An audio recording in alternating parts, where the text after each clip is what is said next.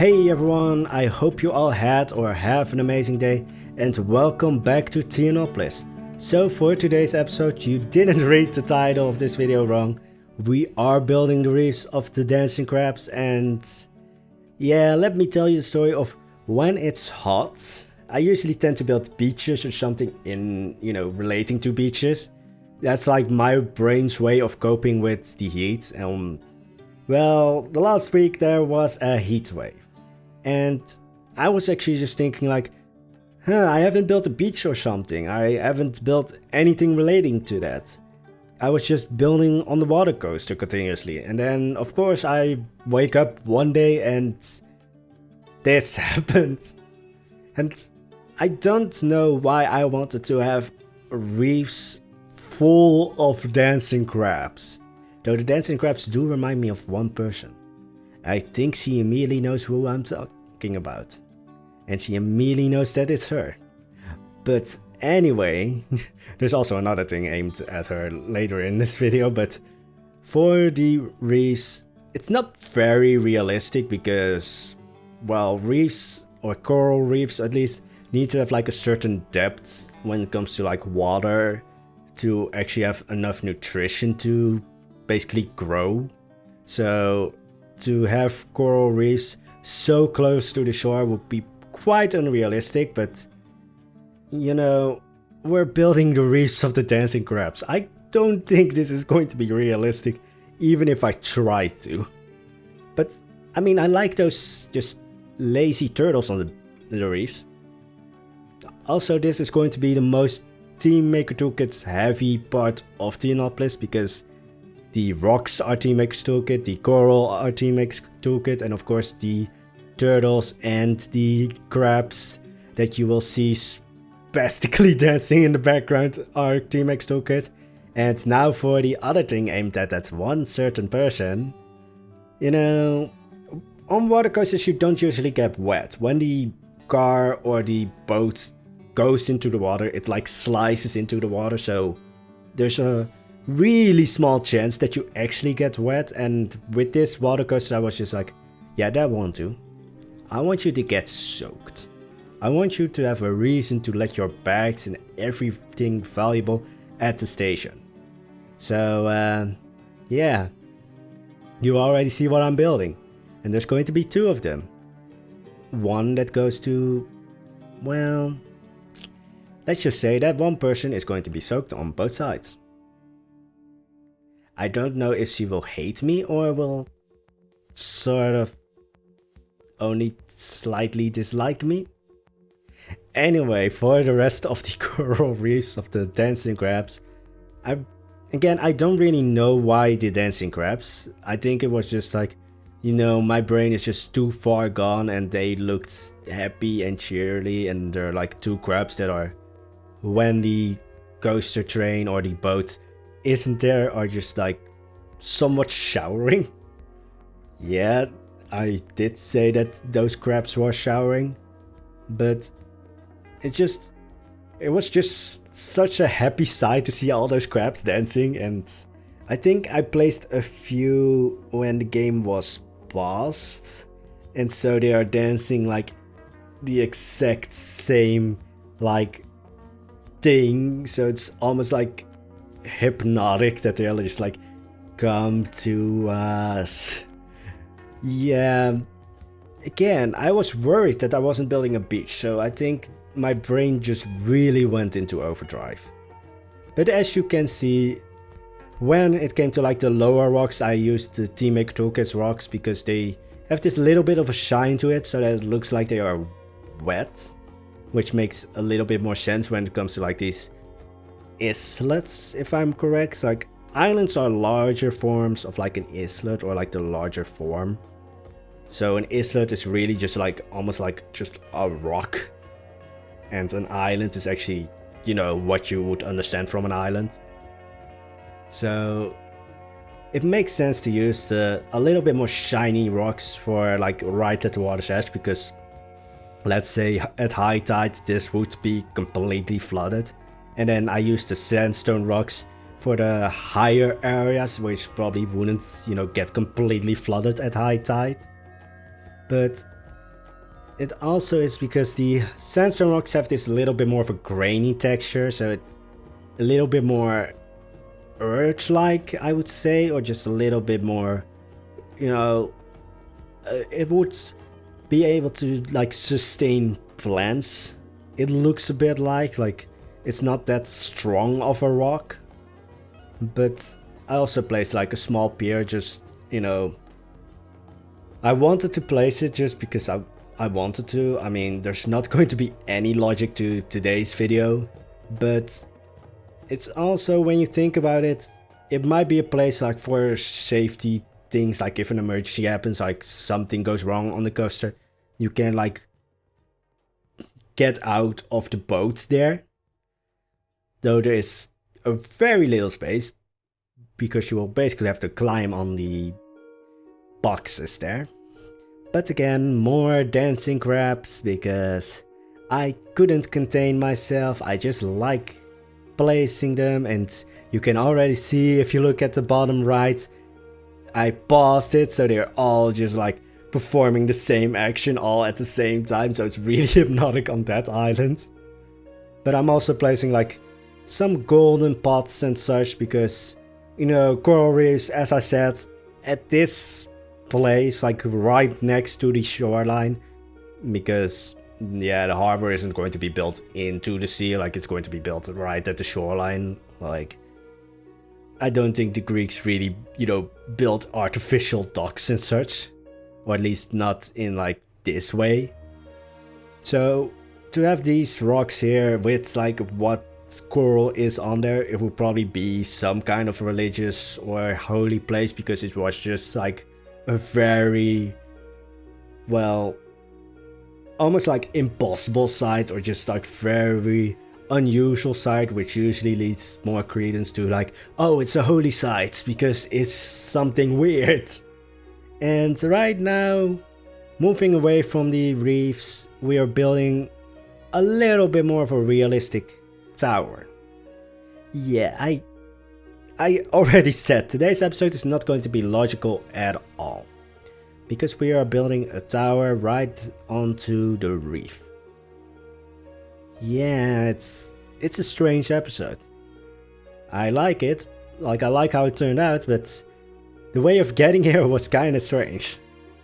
But for the tower, I did take some reference to actual ancient Grecian towers, and in some ways I was a little bit beefed, because like for 30 episodes I was just like, yeah, the Greeks didn't really like round buildings or round structural things like domes, or, you know, round vaulted ceilings or something like that.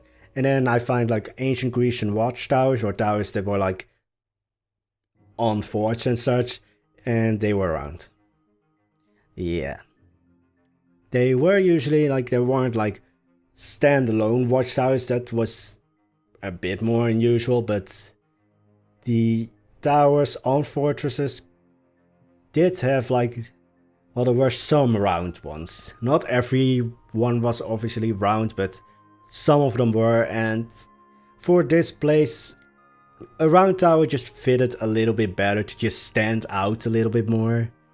And I really like how it turned out. It's like a very simple build, like there's not a lot of like, there's no frieze, pediments or something like that. There are some statues, because, you know, I can't build something without statues or friezes or, you know, any kind of decoration.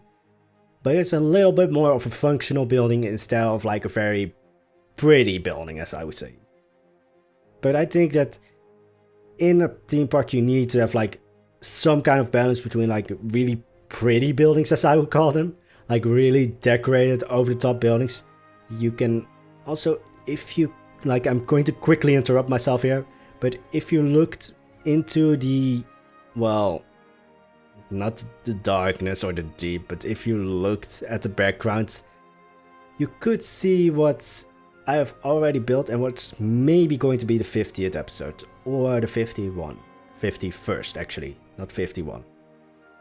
But yeah, going back quickly into the tower, because I'm going to talk about the 50th episodes later on.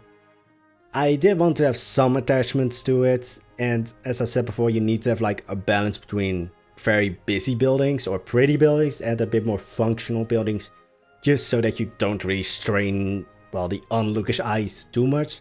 So this building is going to be a bit more functional, not a lot of like decorations, because I think this is still like a functional watchtower or still a functional tower. Maybe there might be like, well, I wanted to say there might be like a chain going from this tower to the pharaohs like underwater, so that when, you know, the city is under siege by sea, they could just lift the chain and basically make the whole harbor just unreachable for the enemy. But I don't know actually if that's like a technique they even used in ancient Greece. Like, I know that they've used that later on, but then I'm also like talking about like a Renaissance and such, which Theonopolis actually draws some, or like a heavy bit of inspiration from the Renaissance, because, well, mostly in like homes and those kind of buildings, because ancient Grecian homes were very simple and didn't really fit in with the idea I had for like buildings in Theonopolis. So that's where the most like historical inaccuracy is. I also quickly want to go on to something I've in some way brought up to me, because if I mispronounce your name, please do tell me.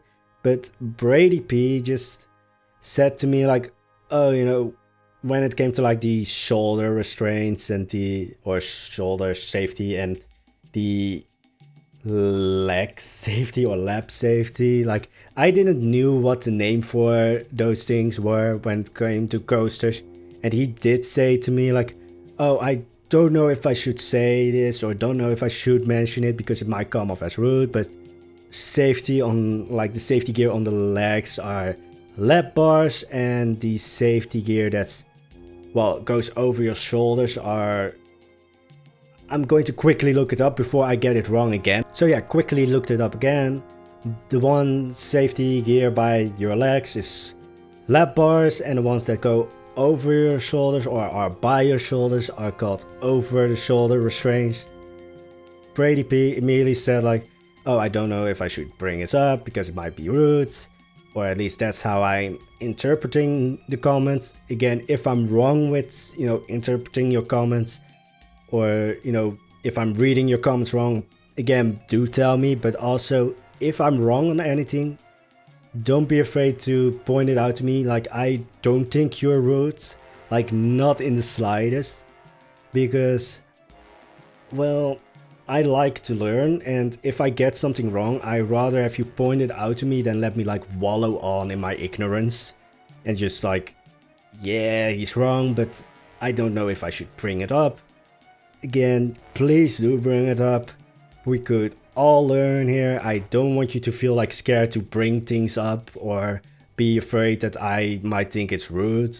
Like, of course, do it in like a little bit of a respectful manner, but do please bring it up. So again, if I'm wrong on anything and you know like, oh, this is wrong, you know, it should be named this, or this is the name of that thing, or this is what actually happened, or this is what was, or something, like if I say anything that's incorrect, please do bring it up. But again, I quickly want to thank Brady just for bringing up, like, because I really have like no intelligence when it comes to like coaster terms and such, so I'm just like, yeah, these things. I'm slightly more knowledgeable about like building terms, but when it comes to coaster terms, I'm just like, this maybe. Anyway, again, thank you, Brady, and don't be afraid to bring up anything again if I have anything that is like completely wrong or even slightly wrong. But back to the video. I wanted to have a little bit of like an island going on with the tower, and I also, because the coaster or like the story of Atlantis is really heavily into like pride and greed, I think it was like the best way to just put a Narcissus flower there a lot.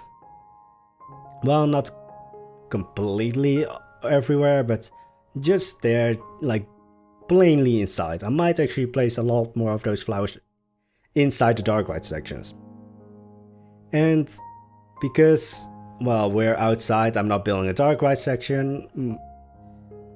This is the second attempt at this recording, so I might have mentioned it before in this recording or in the recording beforehand, but I'm not building a dark white section right now because, yeah, I just didn't have the right, like, mindset for the dark white section, and I saw, like, with the lift hill, that was, like, when it came to, like, finishing it up, I was a little bit hasty, like, I wanted to, you know, get it over with, and that's, like, an immediately, like, red flag of, like, alright, I need to stop with what I'm building right now and just do something different, like completely different, and then maybe get back to it later. Like, that's just like a tip for me also, or tip from me, but also for me. Like, if you're like, you know, you're rushing something just because you want it over and done with, you might want to take a step back, because if you rush something, it's always going to look just a little bit off or a little bit worse than what you usually build. But I also want to talk about the 50th episode, because that's the next episode, and I really thought I had one more episode left, but no. And I want to do something big, of course, for the 50th episode, because it's, you know, it's a bigger number than, let's say, 40th, 30th, 20th, maybe 10th is also, you know, on that spectrum, but 50th, of course, is like the big number. Well, that and like 100. And we're probably going to reach 100 episodes, but I don't think we reach a lot more than 100, but maybe like 110. Like, that's like the amount of episodes I think Theonopolis will be taking to complete, and I think by the 110th episode, I can barely open this park. I think it has like 170,000 pieces right now. Yeah, and even though I'm using pre-built walls and everything, especially the ferals just added up a lot of pieces. But back to the 50th episode, because I got way off track there again. But for the 50th episode, I was thinking of doing like a cinematic overview. And I was thinking about the cinematic overview, but I was also, you know, you can see in the background, if you pause it at just the right moment, you can see what I've built in the background. And I was thinking like, you know, maybe actually use, you know, the building of that as the 50th episode. But I think like a cinematic overview of the entire park might actually be better, but if I do a cinematic overview, it might be a little bit wonky when it comes to scheduling, because those usually take always a bit longer than I expect. So it might be that if I do a cinematic overview, it might be a bit later, or, you know, go against scheduling. But all like clues point towards the cinematic overview. But that's also one other thing that I want to bring up: scheduling. Because I've been thinking about this for quite some time, but nowadays I usually post Tuesday and Thursday, and then, you know, sometimes I have a random post on like Saturday or Sunday. Like, weekend posts are like not really scheduled in, it's just when I have like a huge load of inspiration to build, then I might make a Sunday or Saturday episode. So, you know, those are not really scheduled in. But for the Tuesday and Thursday episodes, I am thinking, and I will probably do, change that. Like, I will not, you know, turn back on the amounts of posts or uploads I do, or videos, but I might make it, instead of Tuesday and Thursday, into Wednesday and Friday. Just because it's a little bit easier when it comes to, you know, building wise. Because nowadays I usually build a lot on Sunday, and then, you know, Sunday is like the one day I really sleep through the most of the day, so then I'm just like, a little bit like still sleeping and I'm behind the PC. Of course, I have a lot of inspiration then, but it's just like, But anyway, so I'm thinking about doing Wednesday and Friday so that I can build a bit more on Monday, which is usually for me a little bit more of a productive day. Like usually I get a lot more done on Monday than on Sunday. So yeah, you might see it in this video. I could get it posted maybe on Tuesday, but most likely just to go with this new schedule, I will probably post this video on Wednesday. So when you see this video, that schedule has already probably taken effect. So yeah, for the rest of the episode, I quickly built some safety things just so that the ship doesn't really crash into the reef and completely destroy it. So that's why I'm just placing logs down into the water, which is still something we do today. Like we place logs, but we obviously place them in a more orderly fashion. It's kind of strange that it's still like such an old-fashioned thing in a way, but it just works, so we just kept doing it. And yeah, it does work. Those beams or logs can take a lot of, well, a lot of destructive force. Otherwise, if a ship would like go into the reef, it would just be destroyed, and now the logs just stop it before it really enters the reef. So that's the holy place, because again, I do think this is going to be a holy place, because it's just a very unusual place, which usually transports into its holy place. It's safe. But that's going to be it for today. So just again, a quick recap. This episode was completely weird, completely non-realistic, but for the next episode it's probably going to be a cinematic overview, and I hope you will enjoy that. So again, also because it's a cinematic overview for the next episode, there's not going to be like an end screen screenshot of today's episode. And I hope you will enjoy the next episode, where I am going to show you everything we have built so far. So hope you enjoyed the video. If you do, don't forget to subscribe to keep up to date, and I hope to see you in the next one. Have an amazing day. See you guys.